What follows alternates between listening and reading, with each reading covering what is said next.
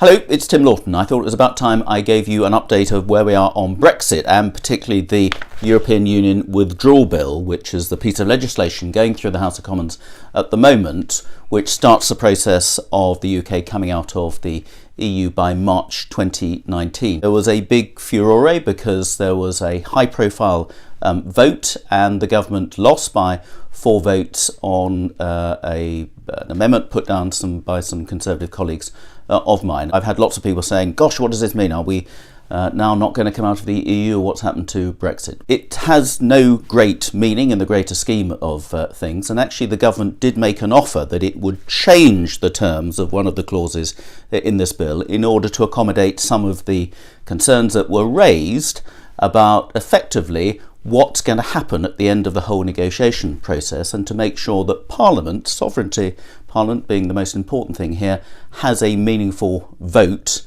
which gives approval for us accepting the deal to come out of the EU. That will be debated further and there will be more amendments coming forward, and I have no doubt that a compromise will be reached. We've now had 7 days of debating the Brexit bill. There's one more day and then there'll be a gap, and then it will come back for more debate in January, and then the bill will go off to the House of Lords, and I'm sure they'll have lots of suggestions and amendments that they want to change the bill in various ways. But at the end of the day, this is not going to change the final result, which is that the UK will be coming out of the EU by March of 2019. There are various parliamentary conventions that may be different as to how we can agree as to how we all vote to make that effective. But for those people who now fear, first of all, does this mean Brexit's not going to happen? No, it doesn't mean that. And for those people who think, gosh, does that mean now Brexit isn't going to happen, which is great because we didn't want to come out? No, it's not going to mean that either. What's really important, I think, this is a very divisive issue. In my constituency, it was about 55% of people voted in favour of Brexit, and a smaller number voted to stay in the EU. What's really important is that we have to come up with a deal that we can all rally around, that we continue to have as strong a relationship with the EU after we come out of the EU as possible. They will remain our strongest trading partner, and it's in everybody's interests, including our 27 EU partners at the moment, to make sure we have a good, strong relationship and a good practical basis for continuing to trade after Brexit. Now, my attitude to this whole bill is to not encumber the government by putting all sorts of detailed technical amendments down, which I think just binds the hand of the government, particularly in these difficult, tricky negotiations which are going on in Brussels. I did, however, last week put down one amendment which I think is very important and which got a lot of support, and which the government will take on board, albeit not in this bill, but in a forthcoming immigration bill. Because one of the things I've been concerned about, and I've written about this and done podcasts about this before, is the future of child asylum seekers.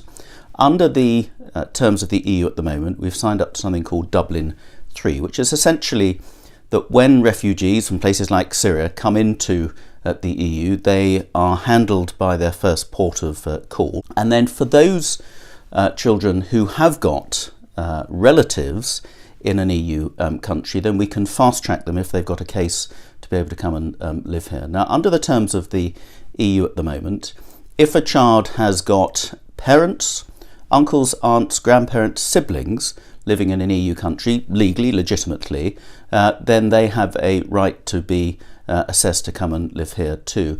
Under the UK law at the moment, it's only parents that would enable them to be repatriated with their family in the UK.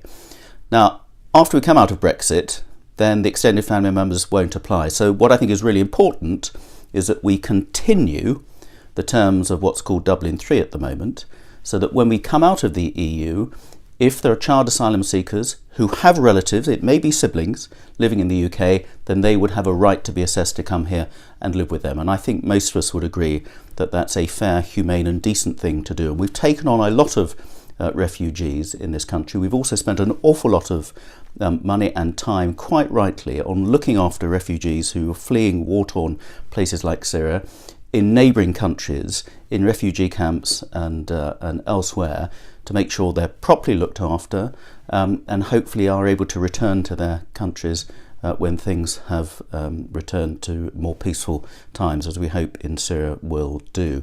So I put down that amendment. It got a lot of support from all sides of the House, and the ministers offered to take it away and look at it for the immigration bill, which will be coming up at some stage in the new year, which may be the more appropriate place to consider it. Despite everything you read in the media, the Brexit bill discussions are continuing and will continue according to plan. It was always going to be a difficult and a contentious issue, but at the end of the day, I think most people now realise, and because we got a deal on stage one with Europe last week, it shows now, I think that process is moving ahead, that there is the basis for a final comprehensive agreement, and it's in everybody's interest to achieve it. So let's just get on with it.